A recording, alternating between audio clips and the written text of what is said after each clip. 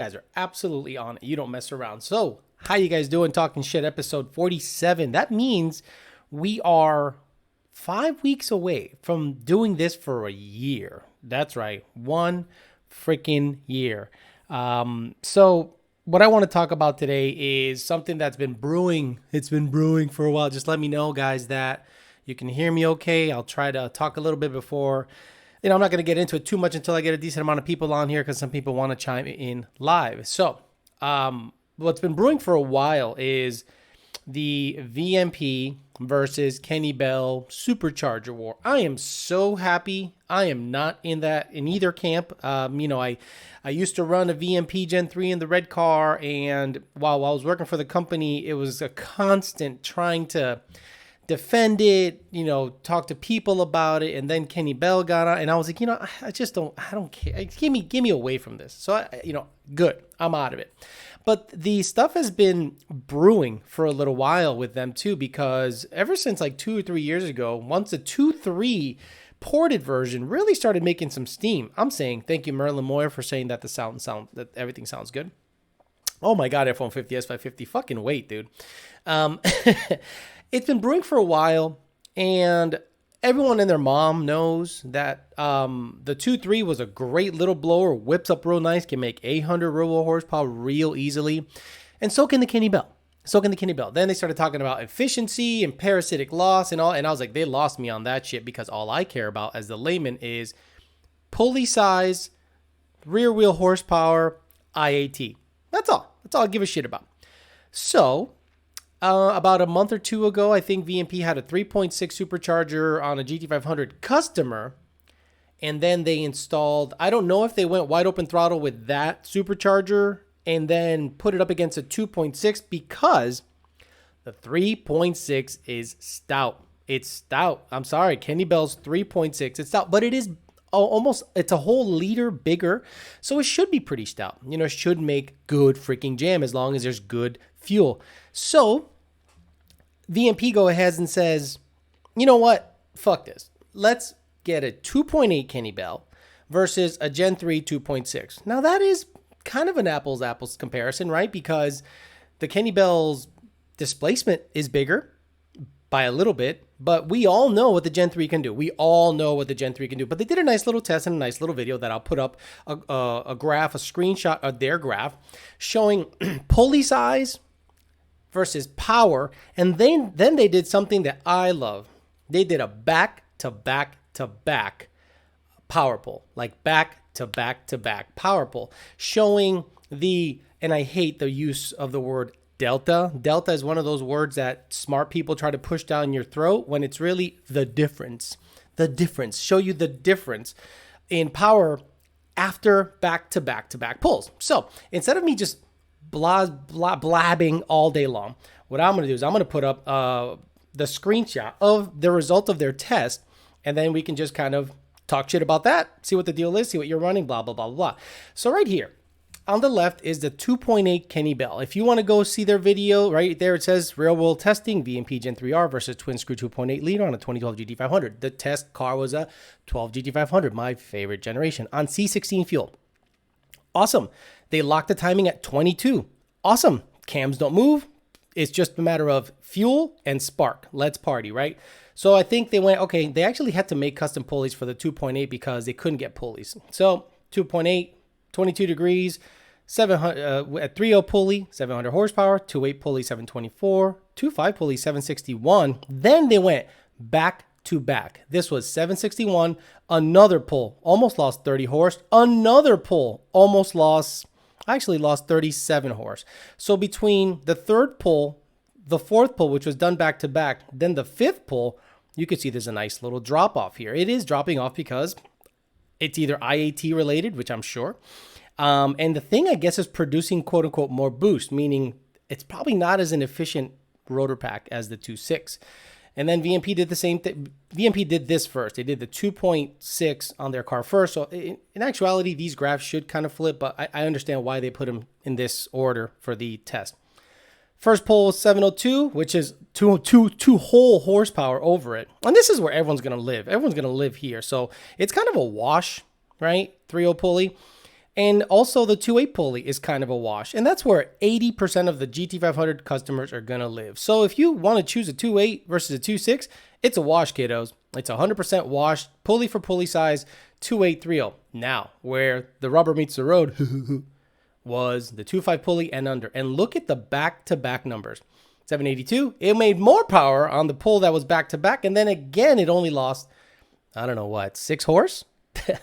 Instead of a total loss of 61, so 63 horse from the first pull to the third pull, and this guy lost 5. And I'm sure that has to do, or 6. I'm sure that has to do because of IAT and all the other crap. So, I mean, that's one of those things where you can take that into account. But honestly, 90% of the guys are going to live in the 2.8 world. Oh my God, I think I'm playing the video. Jesus. Had to stop playing the video. So I thought it was a good video to illustrate the power differences. It might have given some people, I don't want to say pause or anything like that, but it might have given some people the notion that, hey, this thing might actually be okay on a 3.0 and a 2.8 pulley. And I don't want to make more than 700. So, you know, at that power level, you know what to do. Anything under that where you really want to party, you saw the graph, you go watch their video, and you can make up your own mind. Now, in my opinion, it's a wash on all those blowers, man. All those blowers. It's how you want the power delivered and how much power do you want to make ultimately. If you're one of those guys that says, I want to make 1,300 real horsepower, are you going to get a 2.6? No, you're going to get a 4.2 Kenny Bell or a 3.0 Whipple front feed. Plain and simple. If you're going to make 1,300, I mean, I want to make it. Here it is, either a big fucking Gen 5 Whipple or a front feed Whipple if they have it. If you have a Coyote Mustang, like a CJ spec front feed Gen 5, you know, with a big 150 throttle body, a big ass Cobra Jet cold air, you're going to be pretty happy. You're probably not going to pick the 2.6 Edelbrock or the 2.6 Gen 3. You're just not. If you want to make big boy horsepower, it's going to be Whipple and Kenny Bell, which is then 80% of the customer is going to be 800 and under. 800 and under. So at certain pulley sizes, it's kind of a complete wash and how you want the supercharger to look under the hood, in my opinion. That's pretty much my thoughts on it. Now, back to back. If you're roll racing in Mexico and you got a 2.5 and under pulley on a Kenny Bell supercharger, you're going to be down about 50 horsepower based on that test. Whereas the VMP Gen 3, you can do 2 or 3 races with your bros and be pretty close to, you know, what you want to make or what the peak power is. You're not going to lose a ton on a back to back. So that's what the whole hubbub was about that video. Now, I don't care. That's the nice thing about where I work. I don't care. I have no dog in this fight. It doesn't matter to me. Yes, my blower did lock up the Edelbrock 2650, but believe it or not, it's all about how they take care of the situation. And Edelbrock's been pretty good about it. So once it comes back, I'll report back as to what happens. I was talking to Greg Kong the other day, and he said, Alex, it's a bypass issue. And I suggest a low vacuum bypass. So when it comes back, I'm going to ship it right to Greg. I'll say, install a low vacuum bypass, port it to death, then put it right back into Fairmont, see what kind of power, what kind of delta. You know, I'm not smart, and I'm not trying to come across as smart, but I'm never going to say the word delta in real life. Like, what's the delta between my dick being soft and hard? I'll show you the delta. It's just such a stupid word. Same thing when people say lambda. It's lambda. It's America. Let's say lambda and lambsy. All right, I don't even use those fucking words. Fuck that shit. But I wanted to just kind of highlight that and get your thoughts on it. A lot of you are saying, look, there's going to be a 3.8 Whipple coming. I was talking to a Whipple employee, and he gave me a couple of hints about some of the things that Justin Starkey was saying in the video about asymmetrical rotors and all that stuff, and I thought that was a good conversation. He was giving me a whole bunch of scientific terms, and I now understand why certain blower rotors don't need to have as many lobes at high RPM or, you know, super high boost because you're spinning it way up there. So it'll be interesting. Then I saw Joe at a track rental. He was tuning a YouTuber's car, and I talked to Joe for a little bit, and he gave me a nice little insight. They got that car running into the nines. Pretty stout setup. I think it has the Odin blower. Again, the worst name for superchargers on the planet. But it went 9.6, I think, and with a 79 millimeter pulley, which is, I don't know, 15 pounds of boost or 16 pounds of boost, I think.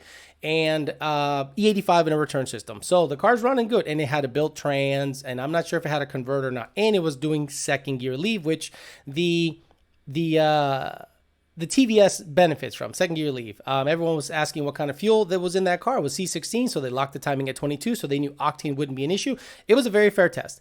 Now, should they compare that to the 3.6? I don't know. I don't know that the 3.6 is a good comparison because, no offense, I think the 3.6 will blow it out of the water. Not by a shitload, but I think in terms of pulley size for pulley size, I think they're going to be in trouble because it's just bigger. It's just a whole liter bigger. But that's the nice thing about Kenny Belt customers. They can cater their power needs based on head unit size. They can say, well, I want to make about 750. The 2.8 is perfect for you if you don't mind power loss in back-to-back pulls. If you want to make 800 and up easily, 3.2, I'm not a big fan of the 3.2, but the 3.6 to me is freaking stout.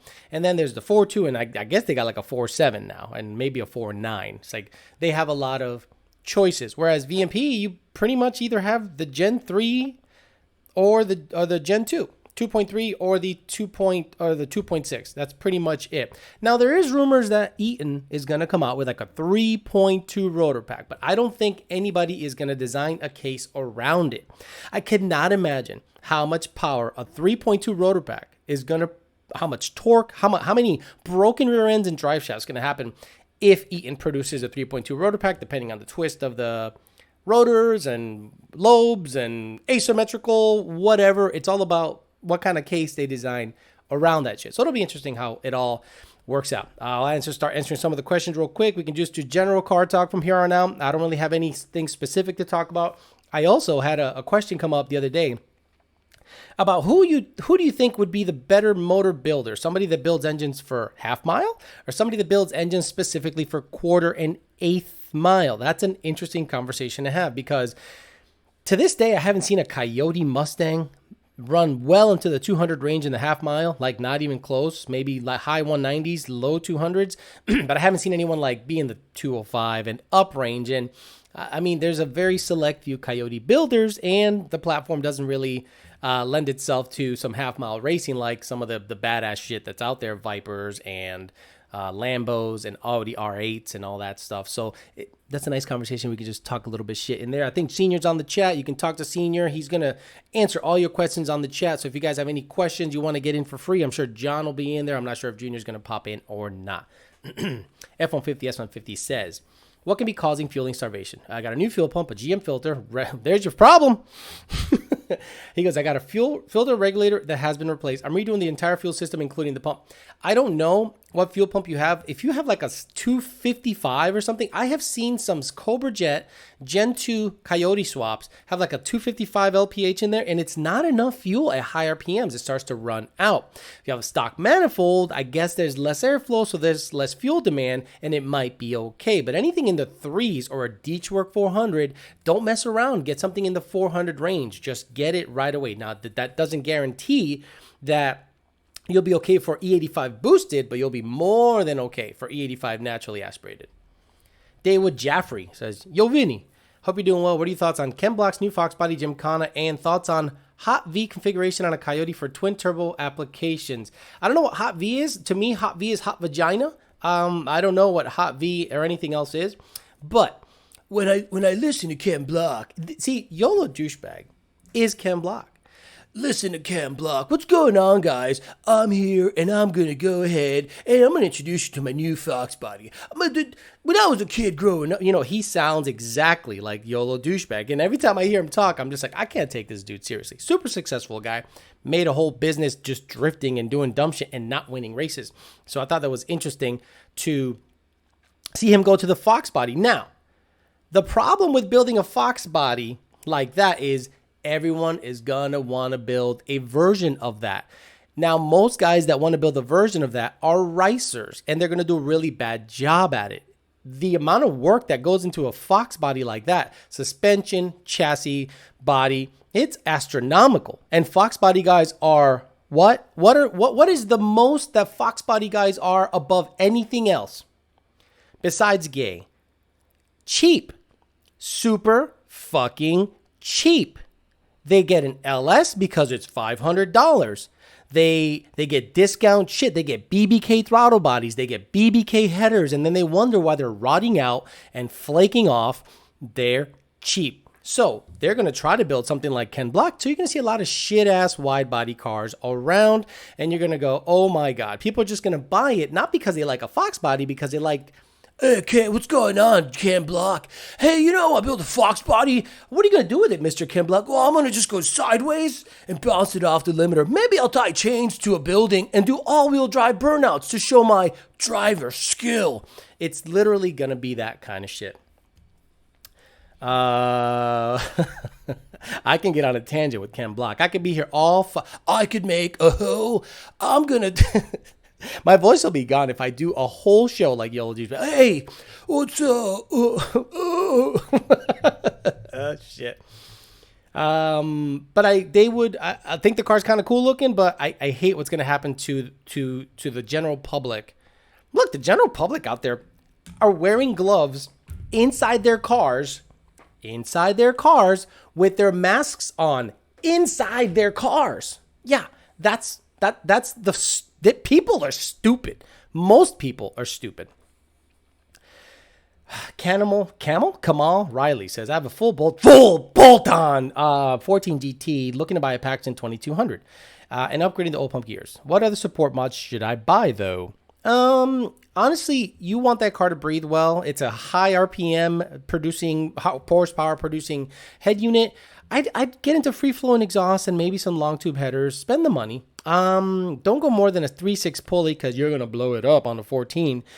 3.6 pulley, pump gas, some 1,000cc injectors. If you're going to stay on pump gas, you can do 52s, but I would always get a 1,000cc in case you just come across a Bobo fuel system and you want to get happy and froggy on E85 and be a little more safe.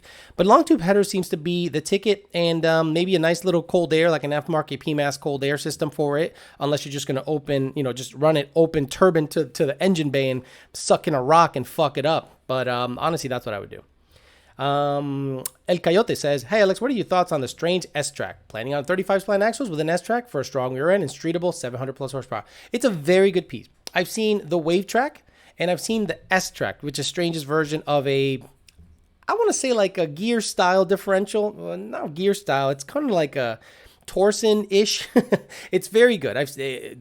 They have had those in cars that have 1,300 plus horsepower. No issue, automatic. Stick, I wouldn't do it if you're going to launch it with like a sticky tire because nothing hits the tire harder than a stick. So I'd be real careful as to going too aggressive on an S-Track stick. On an auto, not a problem. It's a very stout piece. It should last you a very long time.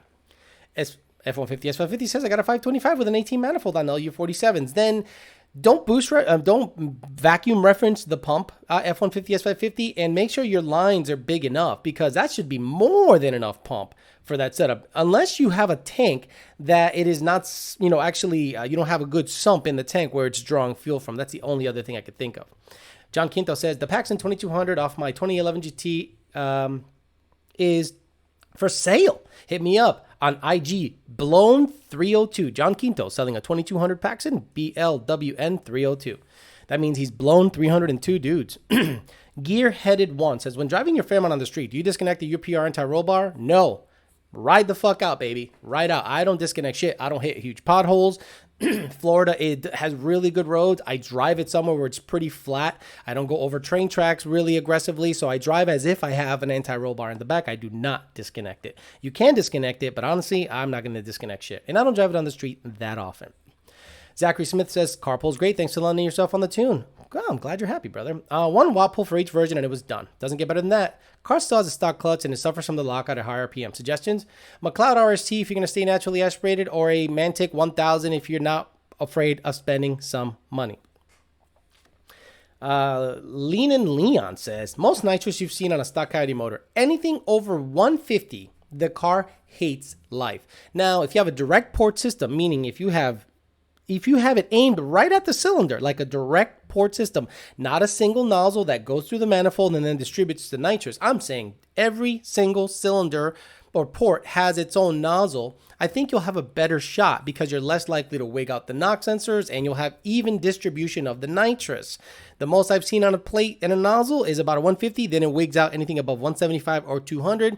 And that's when I start going, your knock sensors are going apeshit. It could be just the kit making noise, making the knock sensors go off, but I'm not going to just take a chance and grenade your shit. You either get on E85, give me permission to turn off the knock sensors and turn it up. And that's what happened to Cuban Coyote. He blew his shit up on a 200 shot because we don't know if the knock sensors were being real or they're just, hating life because of the kit. It ended up being real, blew up. But he rebuilt it, boost, Paxson, done. Okay, so Living the Dream says 09 GT500. I'm going to run a 2.9 Whipple with a 2875 pulley and BAP 1050Xs and a Twin 67. I got an AEM Uego and know how to check plugs for detonation. Good in Lund tune. Will this setup be safe on 91? And that pulley until I can go 85 on a built motor? If it's... to me, that's a bit of an aggressive pulley for a 2.9 on a rear feed. What's that? Like 2875 on a rear feed Whipple. We're talking old school now, man. That might be okay, but honestly, I'm not up on my... Let me look it up. Fuck it. I got some time. Whipple 2.9. Because, you paid for the question, so might as well do all I can get. 2.9 GT500. And we'll see if there's a pulley chart for it. Kenny Bell has a great pulley chart. So it gives you belt length. Come on, Whipple, you really don't have like an actual chart like Kenny Bell does? Let me click on images.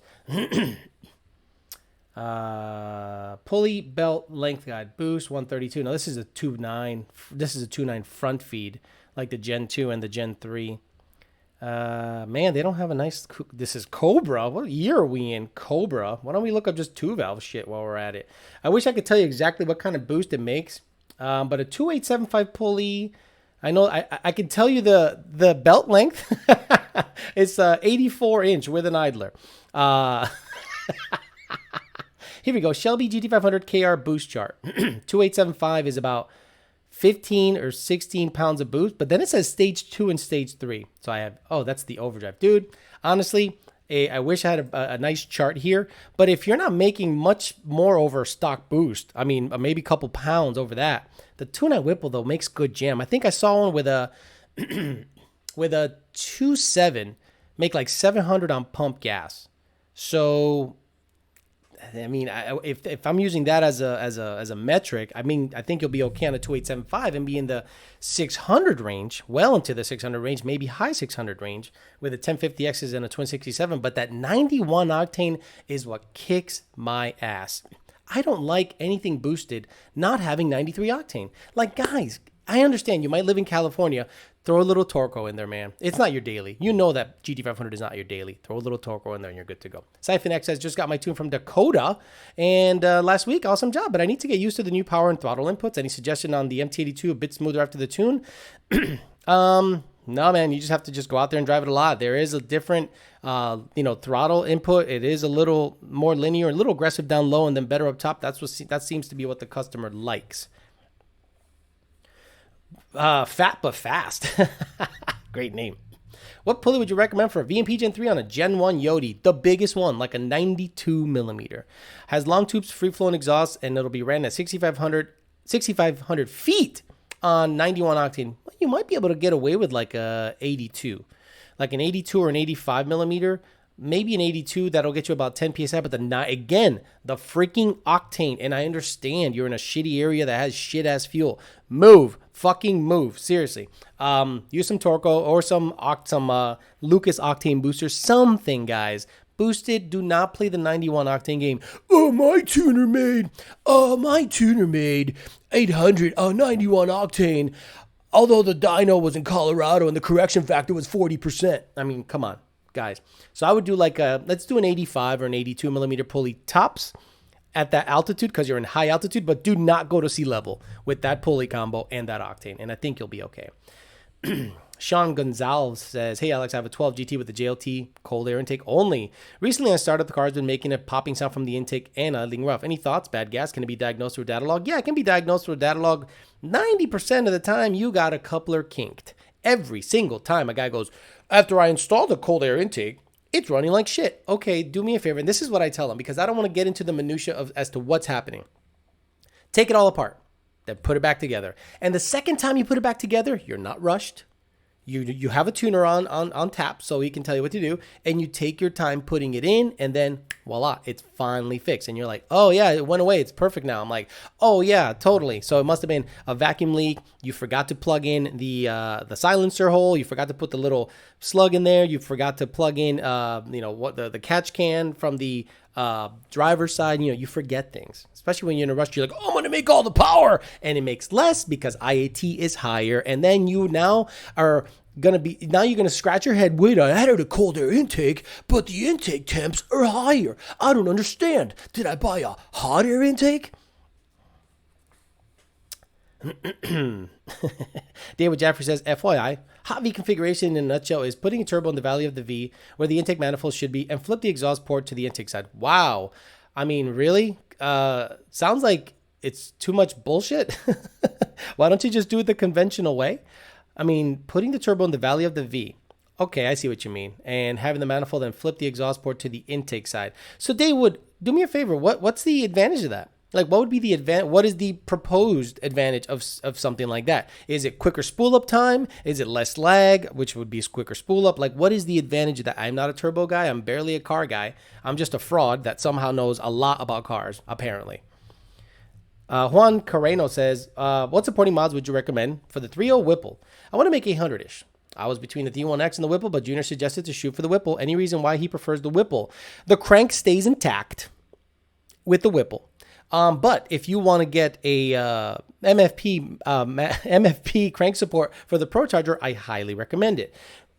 Honestly, the Whipple can make 800 horsepower easily, depending on generation, depending on pulley size and fuel. If you have plenty of fuel and octane, you're good. And it can make it so easy. I know that pump gas Gen 3s in a 15 to 17 Mustang were making 710 or so. So I'm like, this thing is going to make 800 no problem. Then on the 85, same tune, it made like 40 more. So I'm like, this thing's at 750 on basically a 3.8 or a 3.7 pulley, maybe a 3.6.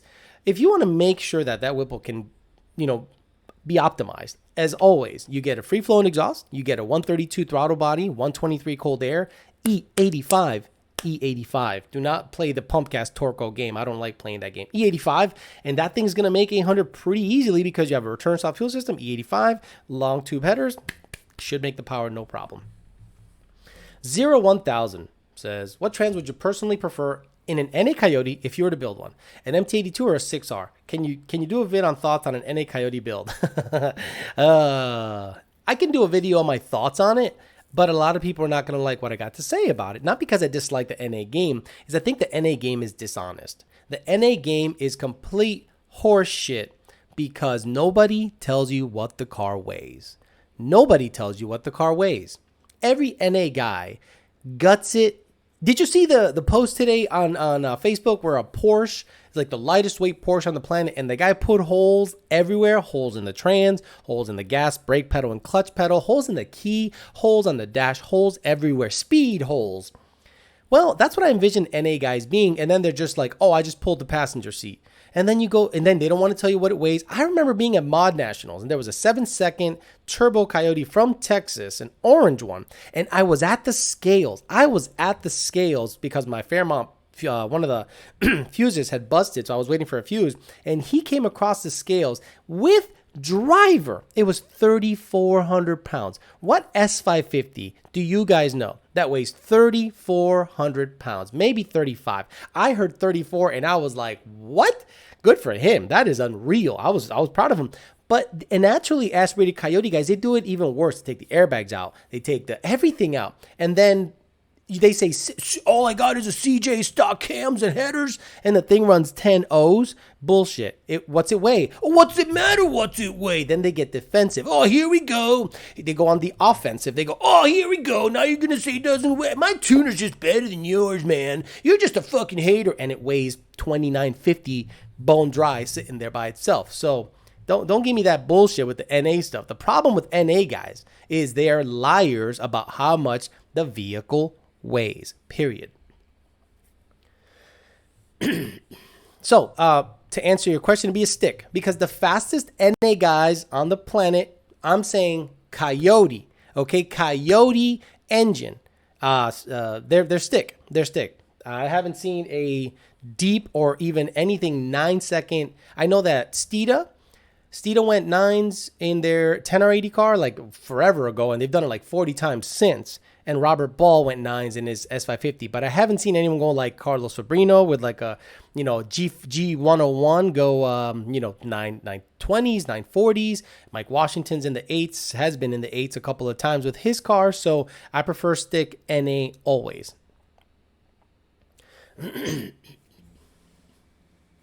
NG Nichols says, I got crazy today and I ordered some L&M cams for my GT350. Well, that will eventually be twin turbo. How much more difficult it is for you guys to tune a vehicle that has aftermarket cams? Seen any GT350s with aftermarket cams? Power gain, sound? Sound will not change. Do not think it's going to chop. It is not going to chop. It's going to go. You're going to go, oh my God, I put L&M cams in it with VCT. What happened? It's got cams. What the fuck? Hits up the tuner. What? Well, did it make more power? Yeah, it made 30 more, but it doesn't chip. We got a ghost cam, same as all the other fucking cams. We've done it. It's not that difficult. We just need the data, and Micah L&M gives us the data, and we seem to have a nice little spreadsheet. Plop the data into, it spits out a nice little cam schedule, and we go by that, and we log and test. Prayers to Zabel family. Rest easy, Keith. Yes, Mr. Zabel passed away, was sick for a little while. A lot of people are talking about that. Rest in peace, brother. Rest in peace. Shootout guy, Fox Body twin turbo guy, well known. I wasn't too aware who he was, so I can't speak too much about him, but he was a well known dude. And anytime a racer passes away, it sucks. It's not a good look. We feel for the family, and my condolences goes out to the family. Why Legal Racing says, hey, fool, any feedback on the RPG? Any feedback from RPG and shit? RPG and shit. Putting together a parts list for a Whipple E85 GT350. Wanted to go sleeved and O-ring long block plus a bent caliber stage 2 T56. Thanks. What are you trying to do? Why do you want a Whipple E85 GT350 O-ringed and sleeved? I mean, what are you doing? What is the goal with that car? You looking to go 8s with that fucking thing? Because you ain't going to do it with a stick. I'm sorry. And if you do it, you're going to blow up the transmission and the clutch a whole bunch of times before you get it done. I don't think... Feedback from RPG, Will Rollins. I think that's RPG, Will Rollins. We love him. We like him a lot. I think he's a great guy and he builds great engines, if that's who you're talking about. Tyrone Johnson gave me money, didn't say a goddamn thing. My favorite type of question. Thoughts on nitrous outlets moneymaker? Again, it's a single nozzle cheater system where you don't see it. Again, it is no different than any other kit, in my opinion, unless they change something, but it is inside the throttle body housing, inside, okay? And it distributes the nitrous, and it's basically made so that you tell people, I don't got no kit. You don't see no plate. Everything's cool here, fool. And you hide the line and everything, and you spray the house down and create a flame this big coming out of your bumper exit S550, because that's cool. And you win some money. That's the money maker. I'm not a big fan of nitrous, but look, I'm going to go direct port. Unless it's direct port, I'm not going to be a huge fan of the kit based on the distribution, based on the intake manifold, based on the shot size. But it's cool. It's a nice cheater system. The old Sneaky Pete for all you old guys. Sup, Alex and Kyle? How's life, brother? Channel support. Who's Kyle? Kyle Brandon? Sugar daddy? My sugar daddy, Kyle Brandon? Dude, I don't want to take his money. I wish there was a way of me returning the money, but you just take it back because you're giving enough. My dog, third gear's grinding a bit. Shifts fine under 4,000. If I try to go into gear any higher, grind. Some say clutch, I say trans. What you think? Synchros. I say synchros, which is trans. What's your opinion on running meth? VMP Gen 2 79mm pulley, free-flowing exhaust, booster pump, 70 Coyote 93 pump. It's good as long as you can not put out the flame, basically. You know, you just can't put too much. Actually, it's meth, straight meth. It all depends on how you're distributing it and how much, because too much will actually kill power. So there's a fine line as to when to kick it on. If you're a boosted guy, which you are, I'd bring it in a little later. I'd bring it in like at 4,800 RPM and let the speed of the rotors carry that through as fast as possible. If you're bringing it in too early, it'll kill power down low. You might be able to make a bunch of power with it because the meth makes up for the lack of octane that the 93 doesn't have. So you might be able to throw more timing in it, but your tuner is not going to lean out. Oh, okay. Lund Racing is not going to lean out your car for meth. Lund Racing is not going to add all the timing for meth because we want some fail safes. And you better not run out of meth, because if you do, that shit will blow up. Because if we're commanding 21 degrees of timing on the 79 millimeter pulley and 93, and you run out of meth and you got 21 degrees with 93 in it, you'll blow that shit up. That's my opinion on that.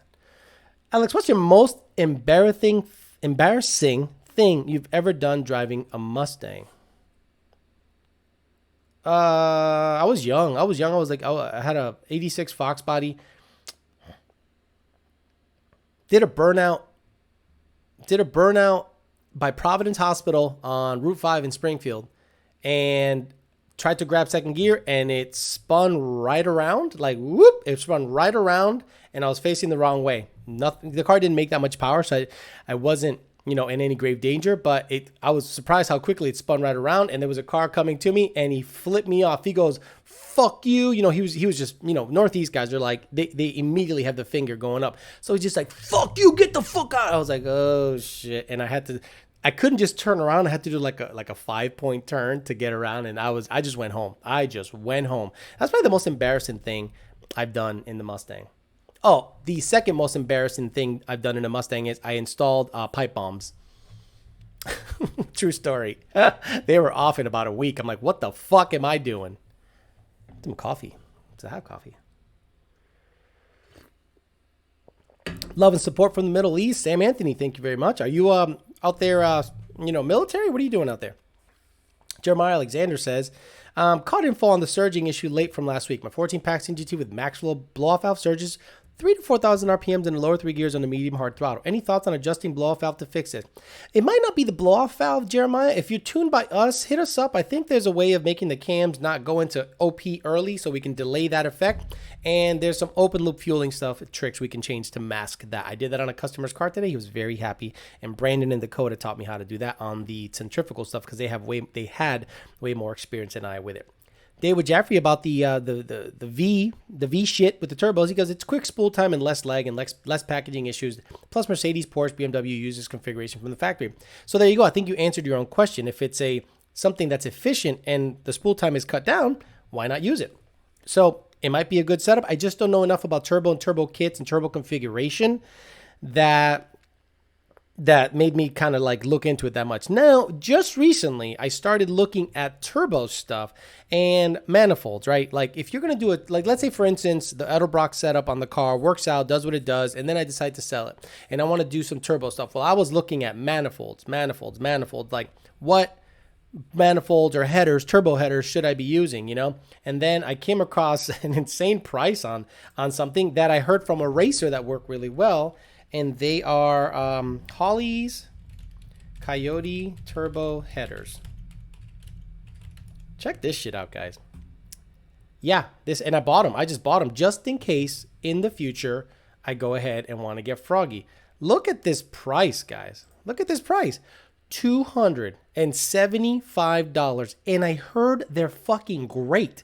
From this racer, a guy who's been sixes, said, these are the shit. I go, I'm buying them. Part number 12152 FLT, Florida Lottery Tits. So, yeah, I mean, if it's something that you want to party with and get at least that end of it taken care of and then have someone custom build the shit, I guess it supposedly goes around the alternator also on swap cars. So that'll be an interesting thing. So that's the height of my knowledge when it comes to anything turbo, honestly. I just tune them. I don't know shit about them. Love and support from the Middle East. That was Sam Anthony. David Santos gave me 50 Canadian dollars, which now because Trudeau is legit a Nazi, that is 15 US dollars. He said, hey, Alex, which TVS blower would you get if you wanted to make 600 wheel on pump gas? LOL. Gen 1 Coyote. Anyone. Gen 1 Roush, Gen 2 R, Gen 2 or Gen 2R from VMP, a 2300 Edelbrock, you can make 600 horsepower on any 2.3 and higher TVSs. It all depends on what you like in terms of looks, and any of them will produce that power, no problem.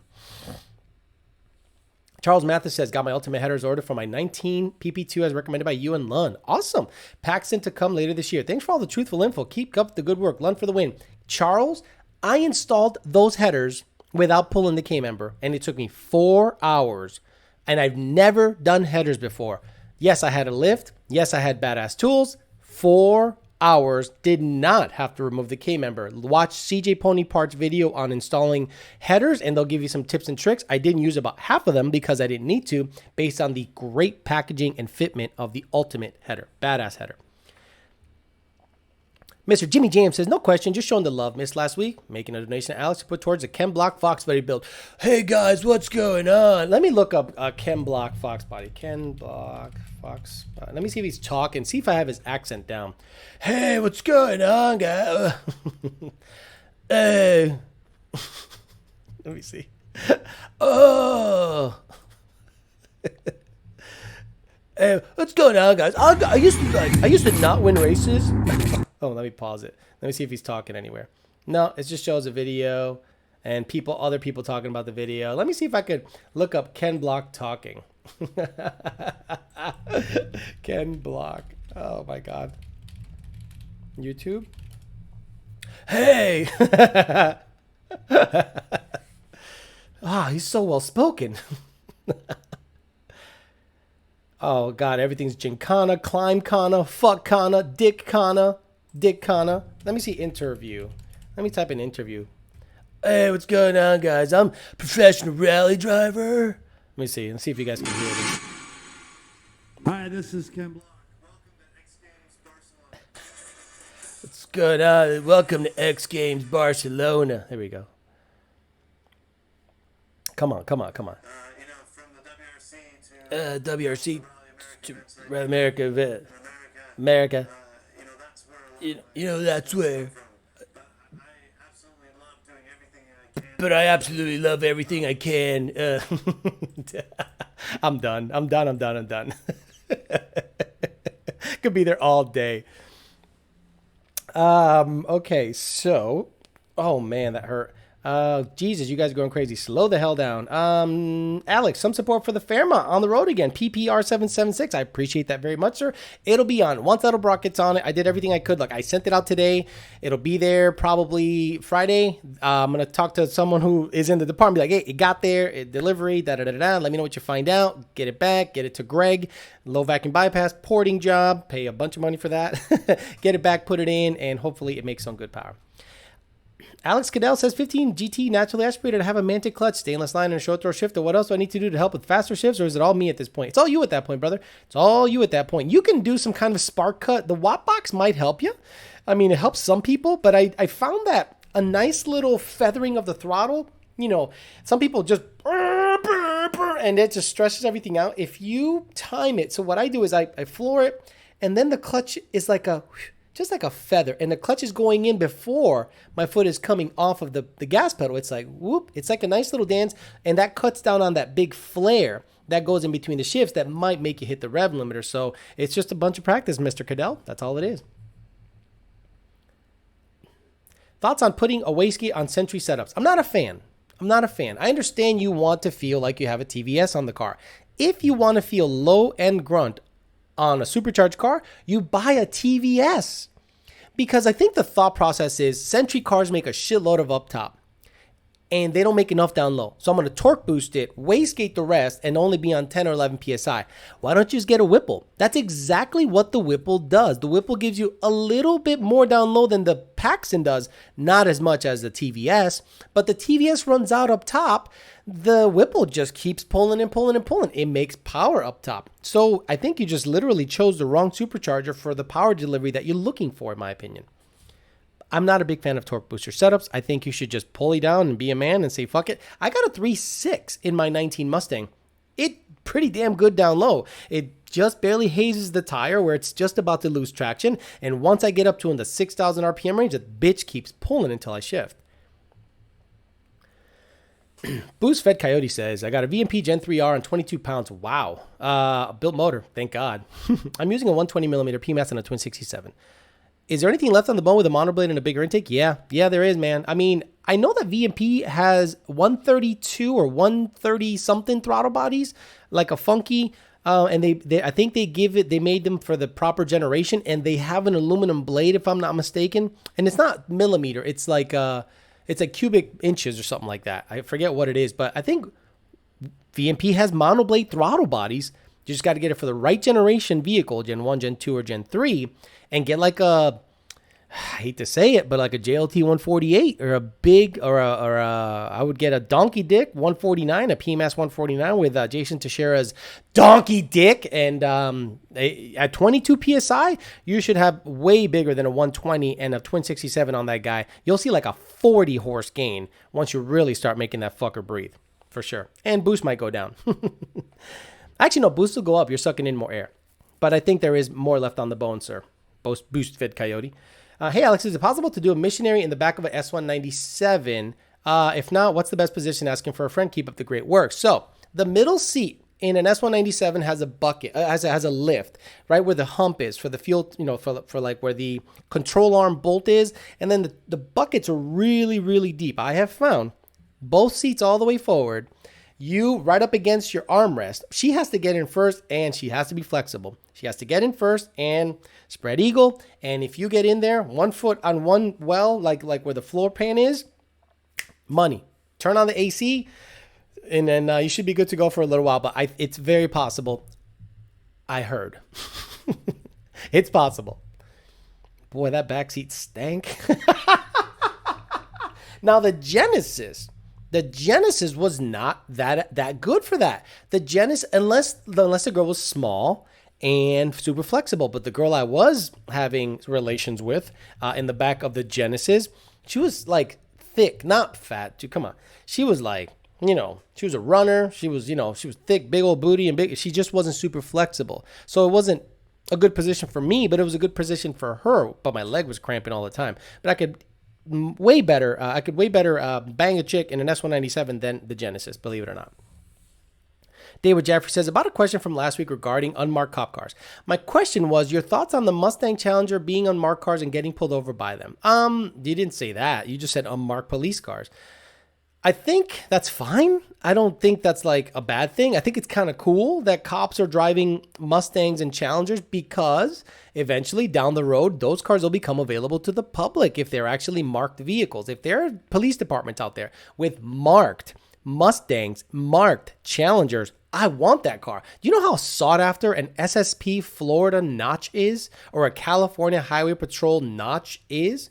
Or a Texas, or an Air Force notch, like an Air Force Base notch blue. That's super sought after. So I like the fact that they're making them, and I hope that they're marked because 10, 15 years from now, a bunch of freaking guys, 20 years old or something, they're going to be like, oh my God, a police package 15. Oh, I want it. Whoa. Whoa. That's like a noise that a lot of younger guys make. Whoa. Don't ask how I know. What the fuck? What the Gen 3 finally killed my Gen 1 last night. Gen 3R finally killed my Gen 1 last night. The goal is 1,000 rear wheel horsepower. Should I get the level 2 RPG from Hell Horse, or is it worth the extra 3K power level to get the sleeve mode? Dude, just sleeve it. Because the red car, when it had a it had a Gen 2R. Boosted to death, 69 millimeter, 15%. It killed the sleeve because somebody thought it was okay to run 27 degrees of timing in it. And you know who you are, who thought 27 degrees of timing was a good idea. Oh, we'll just replace the head gaskets. You mean the head gaskets that burned and went right through and killed the stock cylinder sleeve? That one? So then I had to replace the block? That one? Yeah. Sleeve the motor if you're looking to make 1,000 rear wheel horsepower, in my opinion. If you had hand in designing Ford's Ranger Bronco platform, what drivetrain would you have chosen? Seems your opinion of the 2.3 Eco is a time bomb. Does that extend to utility applications? No. I like the 2.7 Eco, the twin turbo F150 motor. That little engine is the gem of all EcoBoost motors. Not because it's the most powerful, it is the underdog. 2.7 twin turbo EcoBoost straight up gets it. Get it in F-150. Throw some 93 in it that has a 2.7 EcoBoost and go watt. And you're going to go, this thing flies. It absolutely scoots. So I think the Broncos should have some grunt, and and those 2.7 EcoBoosts have a lot of torque. So if they're going to be used for trail riding and everything, why not have 350, 360 rear wheel horsepower on tap and good mileage? I don't want the 2.3 EcoBoost in anything. I think Ford should just take that fucking thing and throw it in the fucking garbage, throw it in a container somewhere, never to be seen again. The 2.3 EcoBoost is garbage. I think the base engine should be 2.7. Yeah, it's probably expensive because it's a V6 and it's twin turbo, but I'm telling you, it is such a good little engine, and I think it's super upgradable and it does really well. So I'm one of those guys that's a big fan of the 2.7. Not a fan at all. So if I had a hand in designing the engine or putting an engine in one of those trucks, I definitely would not ever pick anything 4-cylinder. I would pick 6-cylinder, twin turbo.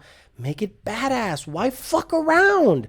Make it badass. Don't make it cheap shit, because the 2.3 EcoBoost Mustang is cheap shit. It blows up. It attracts the ricer.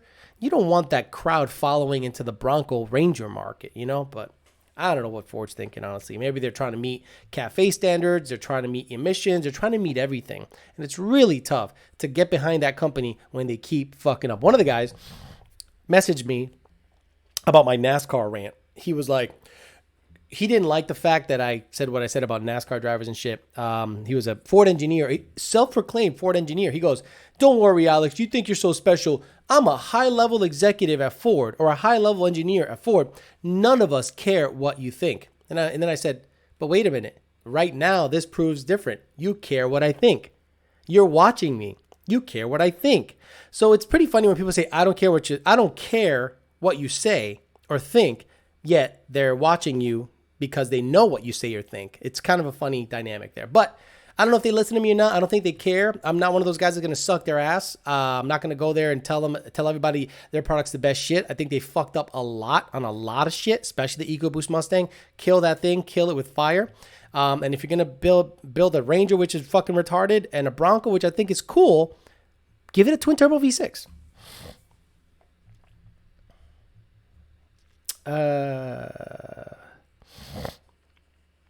Leon says, how often do you tune V6s or EcoBoost? A lot of 3.5 F-150 Raptors and 2.7 trucks. We do not a lot, like more than Mustang. Look, guys, I don't understand if you're a tuner, if you're a Mustang tuner or a Ford tuner, and you need to take on more platforms.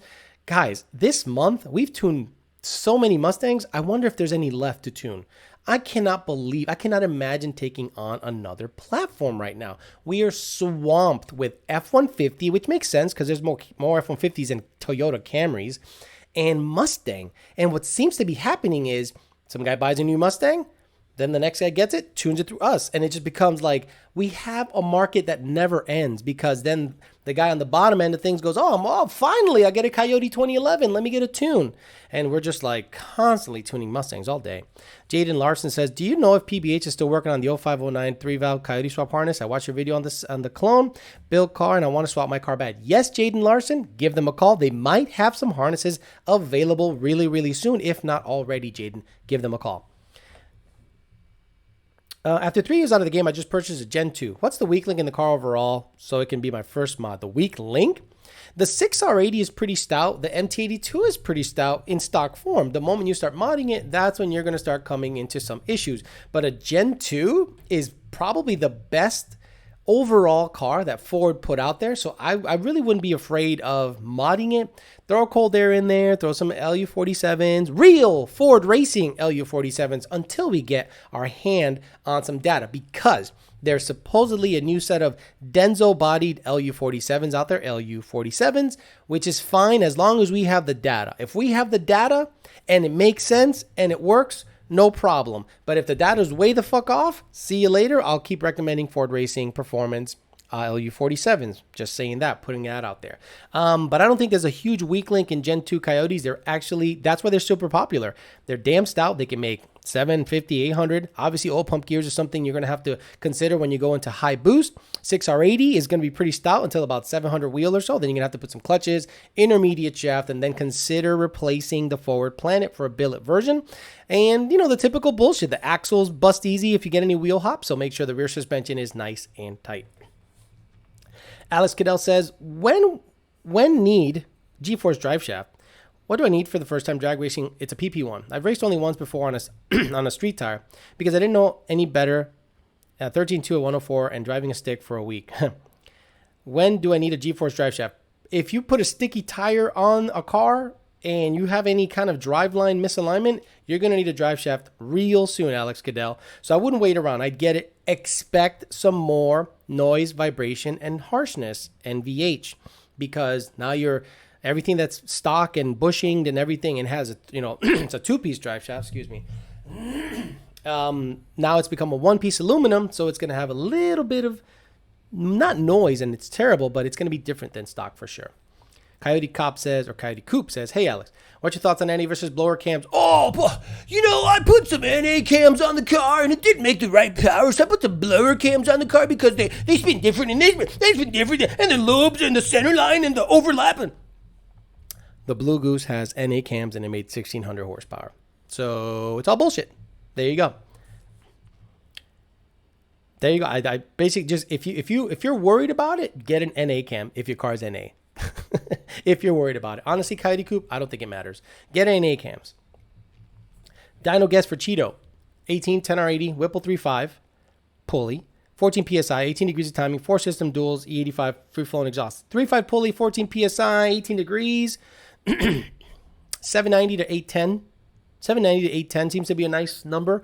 I think I did another guy the other day, and he was like 840 at 20 degrees. So I think that's what, but his car was super happy. So yeah, I think 3.5 pulley, 14 PSI, 18 degrees, E85. You're looking at me 790 to 800, around there, depending on how happy the dyno is. Alex Adele says, I still have the temp tags on my first night out. You're psycho. I don't drag race a Mustang first night out. I street race it, but I don't go to the track. That's like a bad omen. Looking for the better option. Rods and pistons for the Gen 1 Coyote I currently have are Gen 2 short block and put my Gen 1 heads on it. Looking to make 700 rear wheel horsepower max. Hell yeah, brother. If you can swing a Gen 2 short block, do that. Just do that. And then you have a complete short block you can sell, Gen 1, to offset the cost to the next guy, because everyone likes to build Gen 1 Coyotes because of the head studs and the bigger bolts or head studs that go into that block. I think they're 14 millimeter as opposed to 13, or are they 13 to 12 or 12 to 11? I think 12 to 11. They're bigger Gen 1. So sell that guy, offset the cost, buy a Gen 2, 700 max. You'll be plenty good with a Gen 2 short block in there. Okay, Venom 50 says, Alejandro, what's good, bro? I have a 2012. What can I do to prep it up for the supercharger like mod-wise, like hermano? Appreciate it. I don't know what the fuck he just said. Alejandro, what's good? I have a 2012 GT. What can I do to prep it for a supercharger like mod-wise? Free-flowing exhaust is my go-to. Free-flowing exhaust, depending on boost level or pump gears. But I really, if you're going to be under 10 pounds of boost or 10 pounds of boost back max, you're probably okay, depending on the mileage of that car. If that car has like 80,000 miles, yeah, I'd get oil pump gears just because they wear out anyway. You cam followers, cam chains, just get it all new. But if not, free-flowing exhaust, and you'll be good for a long time. Ernesto Gonzalez says, Órale, Ale, happy 5 de Mayo, cabrón. He goes, I have a 2012 with a CJ setup. I'm getting some State Street cams. I heard some people don't use the phase limiter. Why use recommendation? I don't know dick about VBT and cams. I would use the limiters because it's just a nice added safety benefit that the piston and valve clearance is going to be fine. Some people don't use them, but they really trust their tuner. We don't say we won't tune you unless it has limiters. You just have to let us know it doesn't have limiters. You have to trust that the guy that put in the cams put them in the right spot. And once a startup happens, it doesn't kiss shit. But if you have any doubts, put the limiters in. I don't think there's a huge power difference with cams that have limiters on them that with cams that don't. So if I were you, put the limiters in them just for an added safety measure. Chris Mueller gave me $50. Look at you go. Thank you. I appreciate that, brother. Says, what kind of power can I expect from a 1450 with a VMP Gen 2R, 79 pulley, 56 injectors, blah, blah, blah, blah, blah, 650. 650. Because if it's a manual 79 millimeter pulley car, which was my black car, 650 on 17 degrees of timing, 93 pump gas. That is the answer, Chris Mueller. Very easy answer. Floyd Love says, missed my new guy paid question. God damn it. So Floyd Love. Let's scroll up, Floyd. There you go. Plan to build my first Mustang this year. Maybe next. Stock fun first, then eventually tune and mods. Different animals, but your recommendation, GT, 350, or 500. Money, no object, all options considered. Oh, money, no object? A GT. A GT. Because you'll get more for your money for a GT.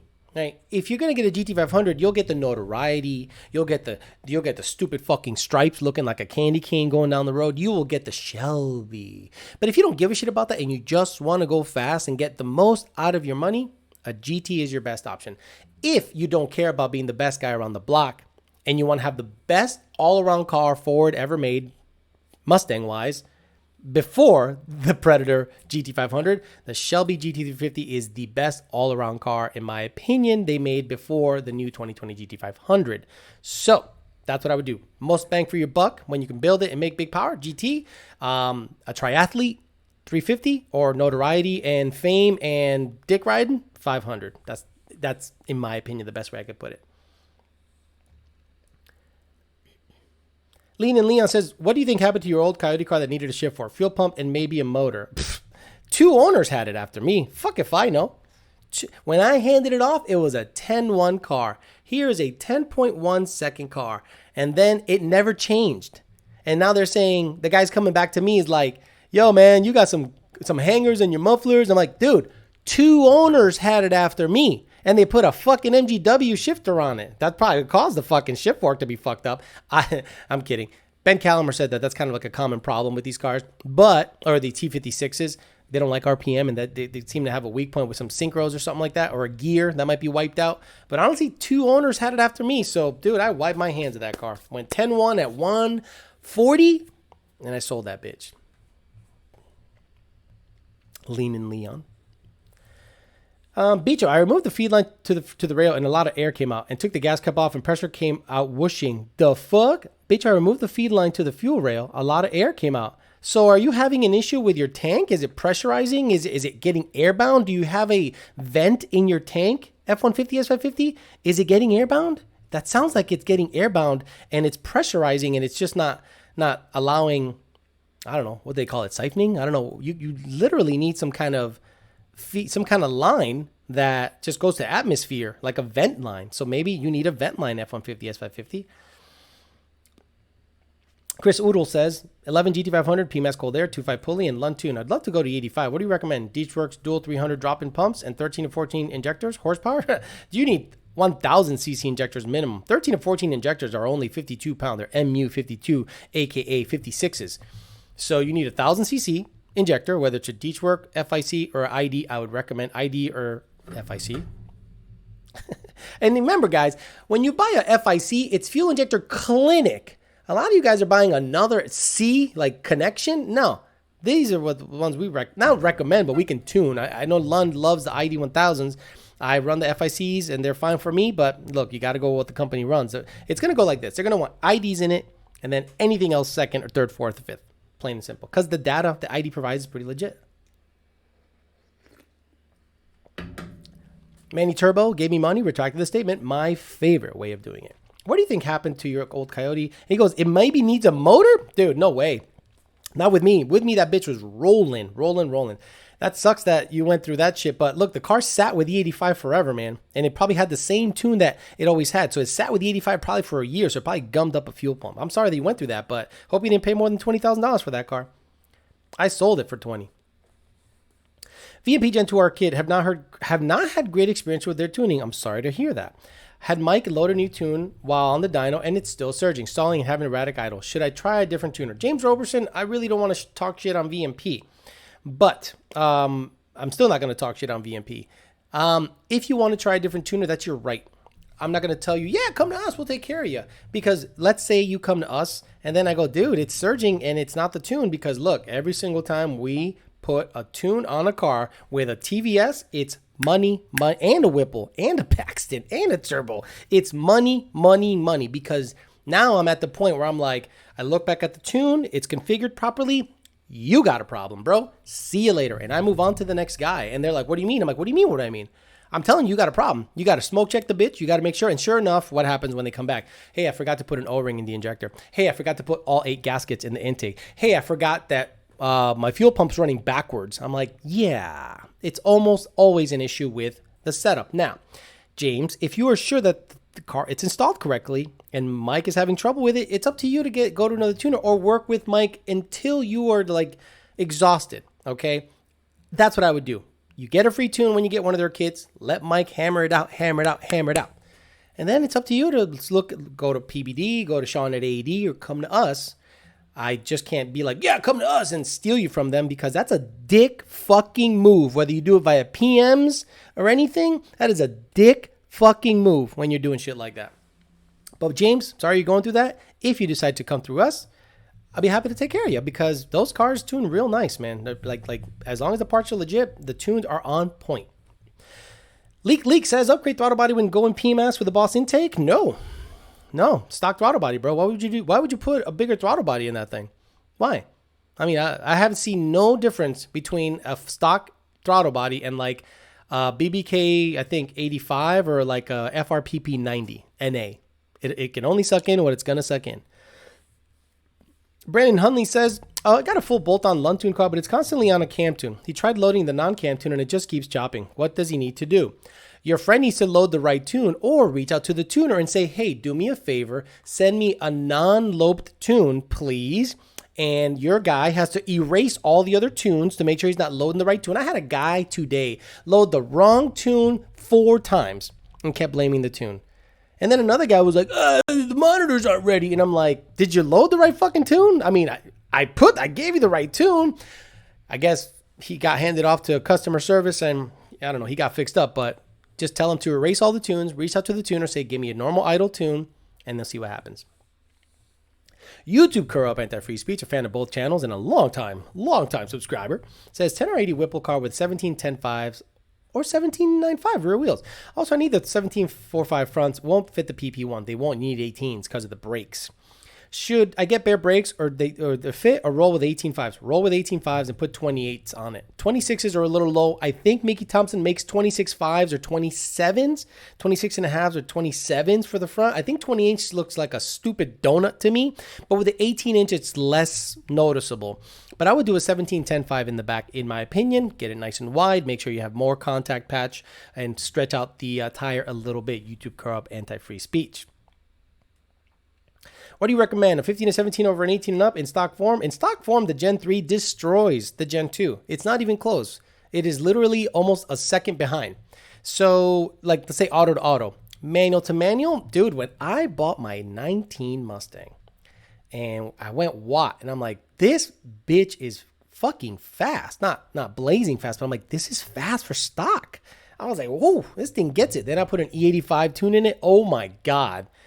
I was like, this thing's ridiculous. I was beating cars I shouldn't have been beating, you know? And then I went Supercharger. So, yeah, it's hard to beat a Gen 3 at this point, manual or auto, over a Gen 2. But when you're going to go boost it and get in there and really start to, you know, throw some boost at it, 6R80 to me is still King Daddy, but big boy boost. But when it comes to moderate to lightly modded engines, it's hard to beat the new stuff. Dale Candela, becha. Cuban Coyote said that was David Martin. I got to name the name because I know they like hearing their name. So David Martin says, Dale Candela, becha. Cuban Coyote says, what's up, Alex? Just supporting the channel. Hopefully that purge valve I bought fixes the P1450 code. Yeah, if you had like a P1450 and it's like a canister purge or whatever, yeah, that thing might be either faulty or just needs fixed. But just get with me if it doesn't, and we'll see what we can do, brother. George Resendez, an Ez. Remember, every time I deal with an Ez, it's an issue. So hopefully this guy's not an issue. Would you recommend, he already said that. Would you recommend a 15 to 17 over an 18? David Jaffrey says, just an idea. YOLO becoming Carlito Vinny Corleone is you being YOLO and the Godfather sprinkled in. That sounds like a lot of work. But what am I going to do? Write skits? Like, I got a full-time fucking job. Today was the first time the tuning tickets were under 80 for me per day. Per day. Even Senior started to tune some cars. Senior, thank you for coming into the tuning queue. So some of you got a tune from John Lund Senior, so don't piss him off. He'll take his gyrocopter and land on the roof of your house and give you the business. Oh my God, Kyle Brandon coming in, dropping his dick and saying, "You peasants annoy me," and dropping the C note, the weekly C note. He's got to have some dough, or he just likes his name mentioned a lot on this channel. And I will name his name a lot for $100. You'd be surprised what I do for $100. He goes, "Ha ha ha, sugar daddy, I like it, and I'll take it. Make some more NA red car videos when you find the time and take my money. It'll all be fine. Cannot wait to see the Fairmont back on the road and kill it as well. Support your tuner, Lund Racing, for the win." Wow, okay, well, the red car is... There is going to be some potential big changes coming with the red car. Potential. I got my hands... Guys, I got my hands on a motor. And I'm kind of like, what should I do? What should I do? It's not going to go boost. It's going to stay NA. But this motor can really do some cool shit and see what I can really do with that car naturally aspirated. Right now it has a Gen 2 motor, and it has a very slight ticking noise. If you follow the channel, it goes tick, tick, tick, tick, tick. Once you rev it, you don't hear nothing.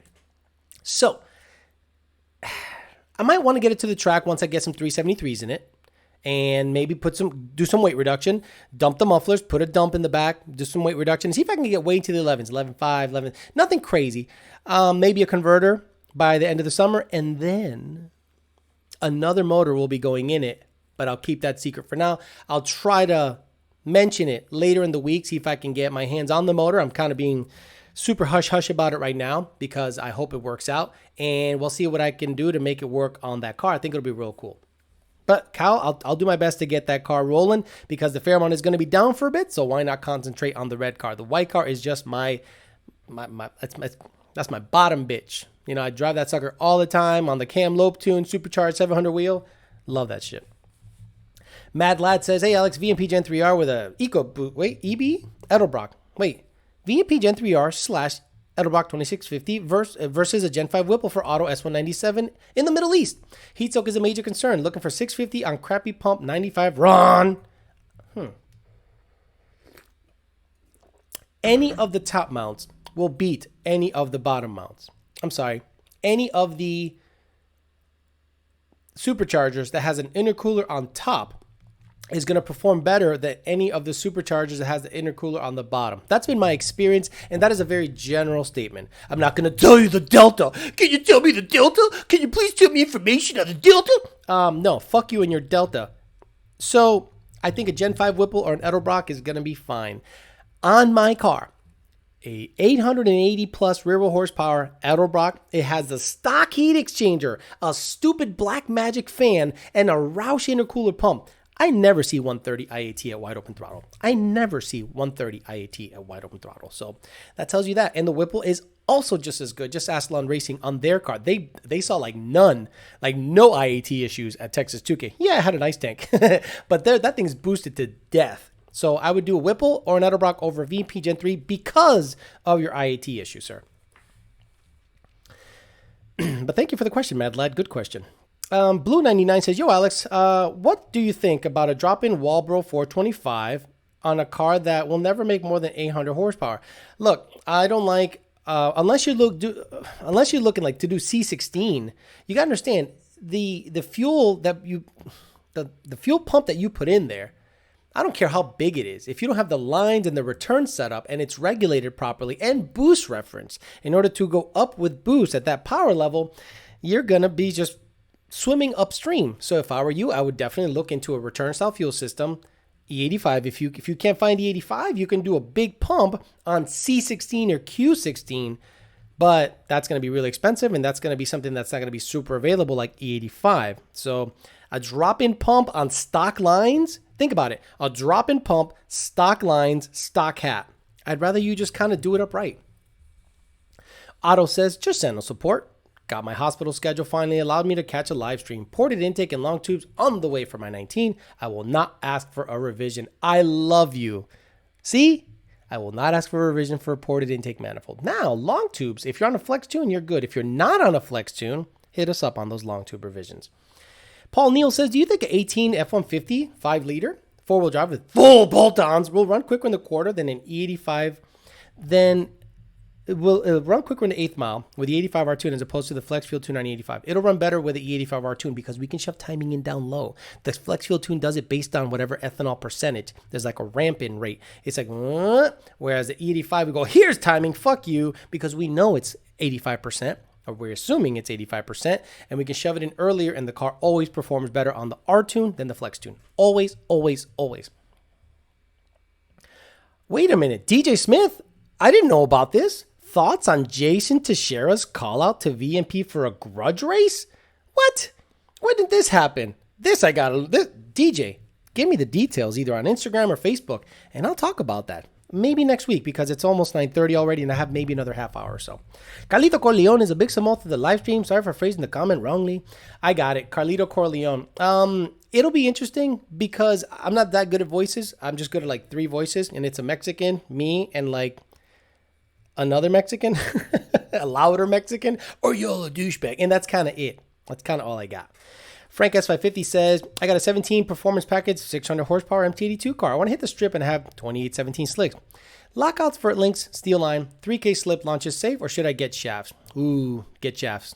Because all you need is a little wheel hop. A little wheel hop, like on the 1-2 shift or the 2-3 shift, and you'll bust a shaft, guaranteed. So I get a shaft. Alex Cadell says, when I get rich, I want to do a 5.2 NA swap with 12-to-1 compression, GT350 manifold, and not tell anyone about it. Is that dirty, like not telling the car's true weight? They'll know by the sound. And very good on that right there. I like that little line because the 5.2, just imagine hypothetically, 6R80, 5.2, Voodoo, red car. A 5.2, 6R80 red car with a converter that's loose as shit. I launch at 6,000 and that bitch will rev to 8,500 with a Cobra Jet intake. Cobra Jet intake Voodoo. What the fuck is that going to be like? Woo-wee. But that's all hypothetical. If I somehow come across a 5.2 motor. Okay. I waited 3 weeks for my Siley fuel system for my S150, and then they made a mistake on it. Now I have to ship it back and wait even longer to get the lawn sauce. Hey, man, that's the only one that's available right now. So, just wait, man. There's nothing going on right now. I know the tracks are opening up and shit, but there's nothing going on right now, depending on your state. Just wait, be patient. Jose, I think you'll be good. Siley will take care of you, and everything will be good, and you'll be racing before you know it. It's a marathon, not a sprint. Max wheel horsepower on a 2.3 Roush if I cough up the money. Also, what power level should I grab an Icebox? Upgraded to 1314 heat exchanger. Icebox?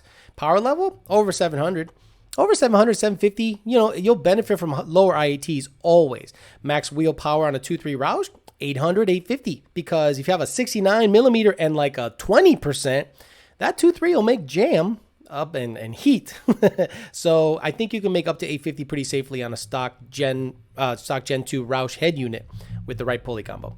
Otto says, got a flex tune and should be good. We'll only reach out to you guys if all of a sudden my 19 hates life. Thanks again. Yes, sir. Yes, sir. Don't splice the wires. I see people splicing the wires and fucking shit up, and then they're getting back at us. So I'm like, what are you doing? It's not our fault. You spliced wires. You spliced the wires. Oh, I got circuit codes. Alex, I got circuit codes. So what does that mean? Okay, so think about it. You have a circuit issue. That means it's connectivity. Yeah, can you take care of that in the tune? You have a circuit code. It's connectivity. Fucker. That's what I want to say, but I'm like, sir. Matt A says, Junior just finished tuning my Gen 1 MT82 Gen 2R long tubes FFE E85 79 pulley. Horsepower estimate 79 pulley. He probably was not conservative, but he didn't give you like 30 degrees of time. Probably gave you 21 tops. So it's probably going to be 700. For the Gen 2R long tubes, probably going to be in the 700 to high 600 range on a 79 millimeter pulley and E85 for sure. Marshall Eng says, car is still for sale. Has a 20,000 mile 14 in Florida. Gung Ho 50 on IG. Alex Goodell says, not Voodoo. I was thinking 12-to-1 Predator, so it might be around the same. Holy shit. Could you imagine a Predator motor in that thing? Ooh, Predator's King Daddy. It used to be Boss. This is how I look at Coyote motors in their hierarchy. Shit. Predator, because it's a Coyote based, right? So it's Predator, badass, King Daddy. Boss. Yeah, the Boss motor for until Predator came out was King Daddy. It was badass. So I would definitely still consider the Boss fucking super valuable. If you can come across a Boss motor, not just for the heads alone, but just for the get that shit. Then the Voodoo, because the Voodoo's 12-to-1 compression and very low boost, it makes good power and it's good to about 850, just like a Gen 2, then Gen 2, then Gen 1. So Predator, Boss. I should make a video about this. Predator, Boss, Voodoo, Gen 2, Gen 1. Manny Turbo says, Dino Guess. I got an 18 auto with a super stock E85 BAP 150 shot plate, stock filter taken out. Also want to turn it up. Stop yelling at me at the ticket. Oh, turn it up. You'll blow it up. That's what you're going to do if you keep fucking around, Manny Turbo. 18 auto, super 150 shot, 580, 590. It might touch 600. 150 over what? 460? You know, so add another 100, that's 560, and then another 50, maybe 590, 610, depending if everything's happy. And sees about 18 degrees of timing, should be pretty good. Don't have much to say other than I went 9s on a revision. 6 rib gang, Edelbrock, Omar Garza in Houston with a 2.7 pulley or 3.0 pulley. E85 10R car, stock ass shit with an Edelbrock supercharger. Remote tune, never seen that motherfucker, goes 9s, no problem. Paul Monaco gave me $20 and he says, I literally only drove your black car once when I owned it. I bought it, drained it, put good E in it. Didn't sit long after that. Always started it and let it run. Prior to me, I don't know what went on with it. Yeah, the last guy before you probably, I hope he raced it. Look, I hope he raced it. But that car did not need a motor and it did not need a trans when I sold it. It needed a rear end. It needed a rear end because the spider gears were fucked on it. But it drove. It just howled a lot. Explain to me why my friend put an intercooler on his NA18 Auto GT. He only has a Lund tune. An intercooler on his naturally aspirated 18 Auto? Like Honda guys do, where they put an air filter at the end of an intercooler and it sucks in through the intercooler? That's a restriction, isn't it? Because it's sucking, not blowing. I don't know why he did that. Maybe his mom and dad are cousins?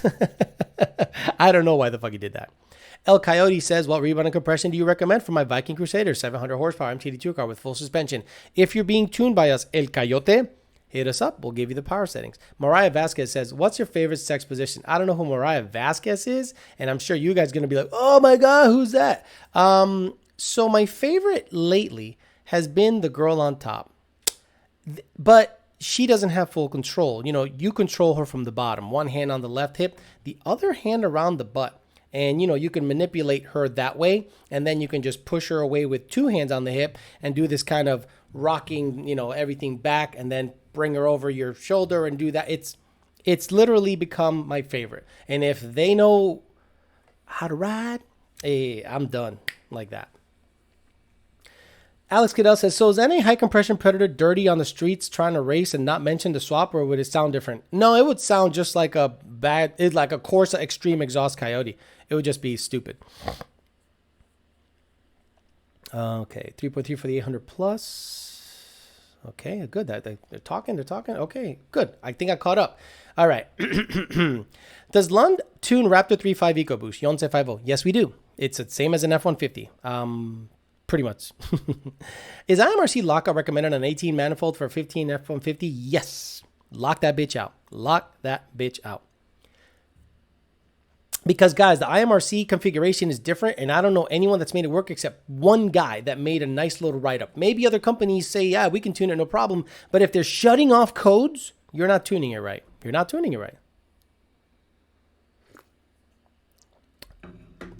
King B302 says, doggy. Off the rip. I'm clapping cheeks. Love it. Someone, it's a fucking guy, right? It is a fucking guy. Could you imagine if it's a guy? I'll be damned if finally caught you live and it starts with sex moves. What the fuck? Michael Bell. Will the boosted Coyote and 93 pump gas will make more power with octane booster on the same tune it always runs on? Are they only for added insurance? Great question. We had a customer the other day say, hey, I want to do an MS-109 tune. I said, why don't you just throw MS-109 in it and it'll automatically make more power? He's like, what do you mean? What you mean, buddy? And I'm like, dude, adaptive octane logic is stock on these cars. That's why you can make less horsepower. You can run 87 octane on the car. I wouldn't recommend it. Stock car. And all the way up to 93. And there's different horsepower ratings for different fuels. So we piggyback off of that. And if a 18 Mustang with a Pro Charger makes 680 on 93 octane, and then you put MS-109 in it, it's probably going to make 720 because it's going to go from seeing 13 degrees to about 17. And you're going to go, how the hell did that happen? Now, if you're going to make a dedicated MS-109 tune, and you have to ensure it's all MS-109 in there, we can make that happen. But it will make more power automatically if you add octane booster to it with the same tune, the way Lund configures it. Cedric Weiss says, you're funny as Sab Alex. You have a circuit code. It's connectivity. Mean, sir. It is mean. It is. Look, Cedric, it's true. I'm like, dude, it's connectivity. It's something is wrong with your wiring. Like the other guy the other day said, hey, man, there was a huge storm and I drove through a puddle of mud and I got all these codes, a puddle of mud. I drove through a puddle and I got all these codes and I'm like, circuit. Okay, you got circuit codes. He was like, yeah, what's that? I go, your circuits are fucked up. So that means you probably went through a bunch of shit and you killed your O2s. So you have to probably replace them. Oh, can you see a log just to confirm? Okay, all the O2s are dead. And I'm like, yep, replace them. And he's like, but they're brand new. I'm like, but you went over a puddle. What the fuck you want me to do? Whipple Gen 3 20, all kinds of gains says, all kinds of gains, probably missing the gym right now. Me too. I mean, I do as much push-ups and running and bullshit as I can. Nothing beats the gym. I need to get back to the gym. Whipple Gen 3 2016 Coyote stock MT82 with a McLeod RST 732 wheel on the 85. They're going to go into a 375 from a 375 to a 390 pulley, 35 pulley, 790. Will clutch and tranny hold. The stock MT82 can break stock. Right? The gears are the weak link. So third gear seems to be the weakest. But I wouldn't count on that transmission living long on that guy. So honestly, you're going to have to really start, get Ben Calamer's phone number and right before you hit the last number, just get it ready because more power you make, more you stress out that trans. And the clutch RST might be the fuse you need. It is not going to be an RXT that's like an on-off switch. An RST will slip a little bit and allow you to be a fuse and not transfer all that power to the transmission quickly. So, you might live longer than an RXT clutch, but I wouldn't count out the transmission lasting too long at that power level. Benefits of 1-ethanol over Pump E with the 85R tune. This is what I'm going to tell you. I've never seen, if I go to a pump right now and I test and it's 85% ethanol and I put it in the car and go watt and then I drain it, put ethanol 1R or ethanol 1R or R1, whatever it is, put it in, it doesn't make that much power. Above tested, verified 85% ethanol from the pump. Now, is it more consistent? Yes, it's in a can. So the 15% is probably race gas or some blend fuels to make it more consistent. But if you can get 85% ethanol at the pump, it's probably going to make about the same power as ethanol R1, Ignite 118, whatever. I have not seen personally in my car a huge power gain with Ignite or ethanol 1R over tested and verified 85% ethanol from the pump. Andrew's Garage says 14 GT packs in 2200 going from 3.8 to 3.6. Rev limiter set to 7200. Only seeing 5 to 6 PSI. Looking to turn it up. Something's wrong. 3.8 you should be seeing like 9 PSI. So something's going on with that guy where it's only seeing 5 to 6 PSI. So you got to make sure that your plumbing for your bypass is adequate and it's shutting that little bypass valve once you go into wide open throttle. So David Jaffrey says, Yo, Vinny, I'm looking to learn Spanish. Do you say perra loco or loco perra? Perra loco. But that's actually wrong. You're saying it backwards. You're saying a feminine and a masculine. It's perra loca, crazy dog. Loco perra is like crazy dog in English, but perra loca is the way to say it. Too feminine. Man of War gave me some Canada. I say California. Canada money. Channel support. Brendan Hunley says, what is a decent fuel to add into the adaptive octane? Ignite, E90, C, Sunoco? What is a decent fuel to add in for the adaptive octane. Ignite E90. What? Like if you have pump gas? No, you don't put ethanol if you have pump gas and you want to bump the octane. You put MS109 or C16 in it. If it's pump gas, how the fuck by adding ethanol will you add octane to a pump gas vehicle? If we're talking pump gas, you gotta clarify that statement. He goes, you missed my question on the swapping the Gen 1 to 3 motor. Belfers. Could have just asked it again. You did pay. Belfers. Here we go. I have a 13 ProCharge V6 Auto. Wah, wah. Sorry. Where should I get a pre-built boosted 5.0 motors? Wah, wah. Okay. How straightforward is dropping a Gen 1 or 2, 3? Okay, forget Gen 3. Gen 3, get it out of your head. Gen 2, if it's a complete motor, you're going to have to take your Gen 1 cam setup. Actually, you don't have Gen 1 cam setups. You don't have any cams. You don't have shit. You got to get a Gen 1. And you got a V6. So that means you got to get a harness too. So you need a harness, you need a swap harness, and you need, unless you go with the Gen 2 control pack. So let's say you got a 13 ProCharge V6 Auto. You're going to need probably a Ford Racing control pack. You're going to need a Ford Racing control pack. You don't just swap it in and just go. You either, unless you have everything from the car, what I would do is this. Honestly, make life easy. Get a Gen 1 motor and a complete motor and get a Ford Racing control pack and make life easy on yourself. Oh, but what about my seatbelt chimes and what about my ABS? Okay, well, you're going to have to then you can get a cranker pallet. Then you can get a Gen 1 cranker pallet and put all the wiring in that car already from a Gen 1 vehicle. And that's the way to do it, Belfers. Forget Gen 3. If you get a Gen 2, you got to get a Gen 2 control pack. Dude, that's going to be a huge undertaking. Swapping a Coyote into a V6. And then you got to decide, what do you want to do? Now, technically, you could put a Gen 3 in there, but you're going to need a Gen 3 control pack or the proper generation control pack for the proper generation vehicle. If you want detailed info on a swap like that, honestly, Power by the Hour are the guys to call. They're the guys who are going to steer you in the right direction, and they might be able to sell you the parts. But what I would do if I were you, Gen 2 control pack, and have all the lights on in the dash. And if you don't want that, then you got to do a whole bunch of wiring from a bunch of shit. Oh, man, that sounds like a nightmare to me. Mike Tona says, hey, Alex, I have a Coyote Swap Fox. When I start the idle hunts for a few minutes, what could it be? It could be a couple of things. It could be the idle for engine coolant temp. Sometimes we have to bump it up. It could be the fan hitting the filter, causing fan wash, wigging it out until it reaches a different cell in the MAF once it warms up, and then it just kind of smooths out, but it's just trimming the fuel. The wide bands don't turn on until like 30 seconds or so. So once you turn the car on, it's taken from the base fuel table cold, and it's doing that. So you might need to have them, whoever's tuning your car, manipulate that, or move the cold air into somewhere like a stock location and shield it better. That's usually what the issue is on Coyote Swap cars. Coyote Swap cars are the worst because we are expecting you to know what the hell you're doing. 9 times out of 10, you do not know what the fuck you're doing, and you go the cheap route. And that's wherein lies. We hold the bag. We got to explain. We got to spoon feed you information. And then, like, I had a guy on Facebook the other day. Nice guy. I think he was a little misguided, but he's a nice guy. He says, I want a tuner, and he was talking money. So it told me where he was coming from in terms of mindset. I got a Coyote Swap Fox.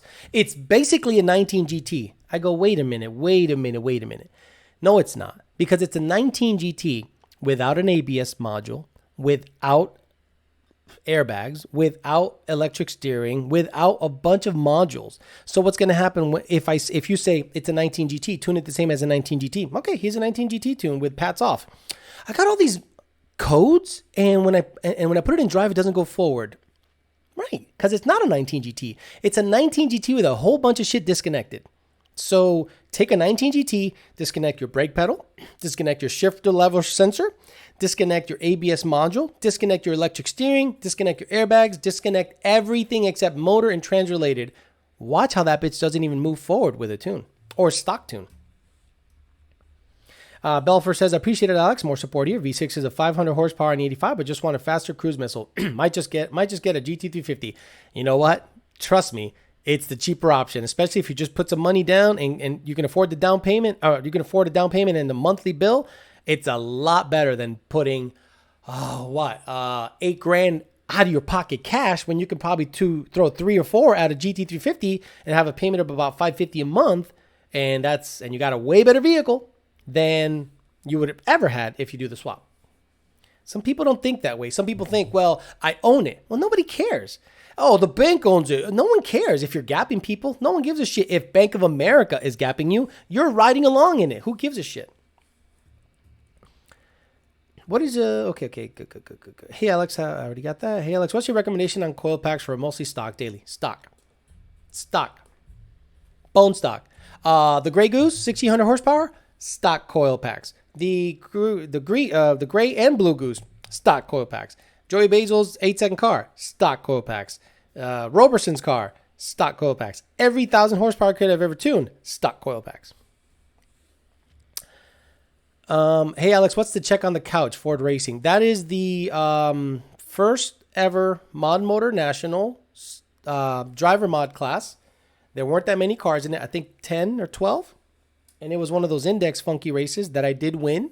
So I had it here, and I needed something in the background. I'll probably hang it up one of these days, but I don't want to make holes on the wall. So that is the first.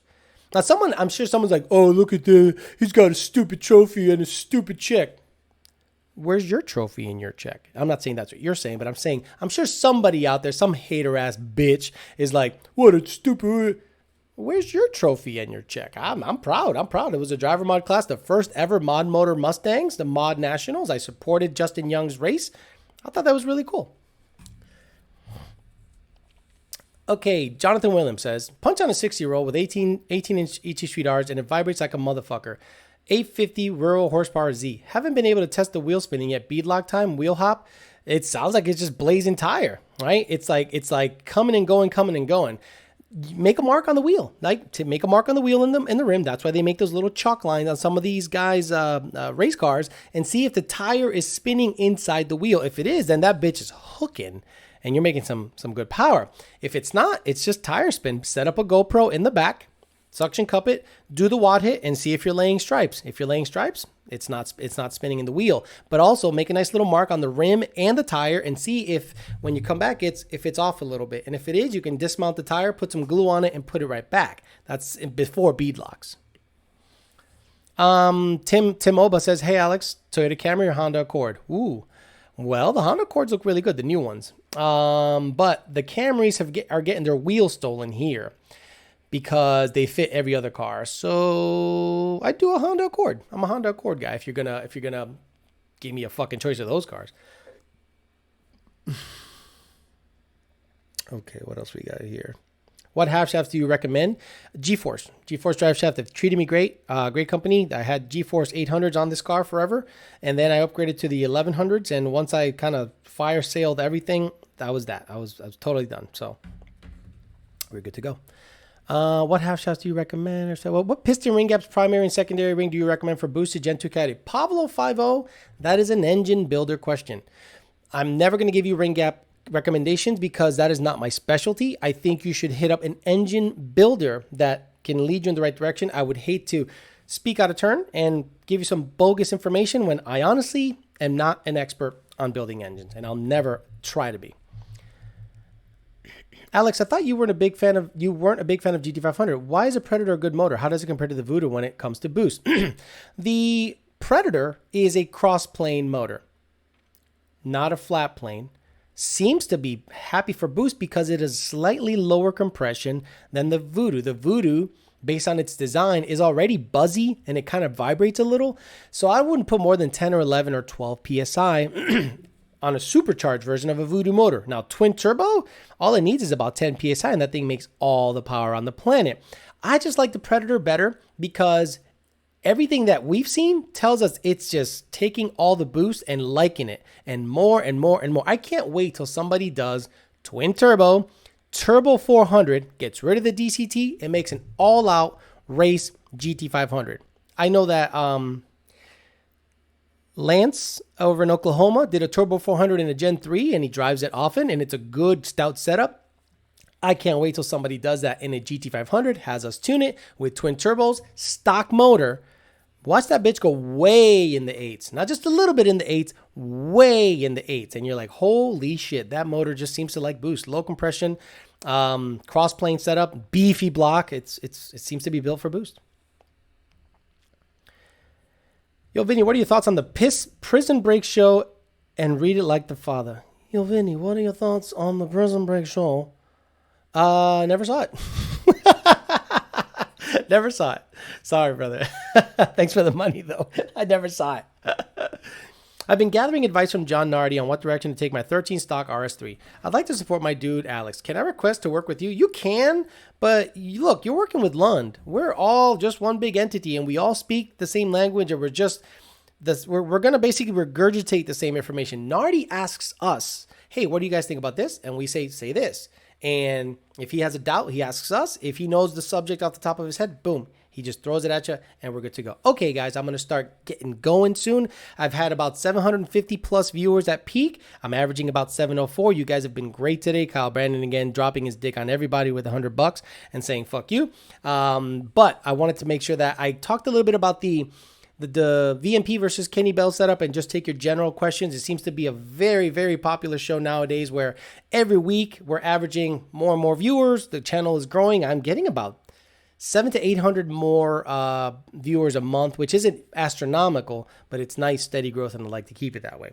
Thomas Reyes question says, what's up, mama bitcha? I've been watching your channel for a while, and I just wanted to say you're doing a hell of a good job. Keep up the good work, cabron. So he basically, that guy loves me. He insulted me twice. He called me a cocksucker, and then he said my wife is cheating on me at the end of it. So that means he really likes me. Trust me, when Puerto Ricans talk like that, it's like saying, I love you, brother. I love you more than anything.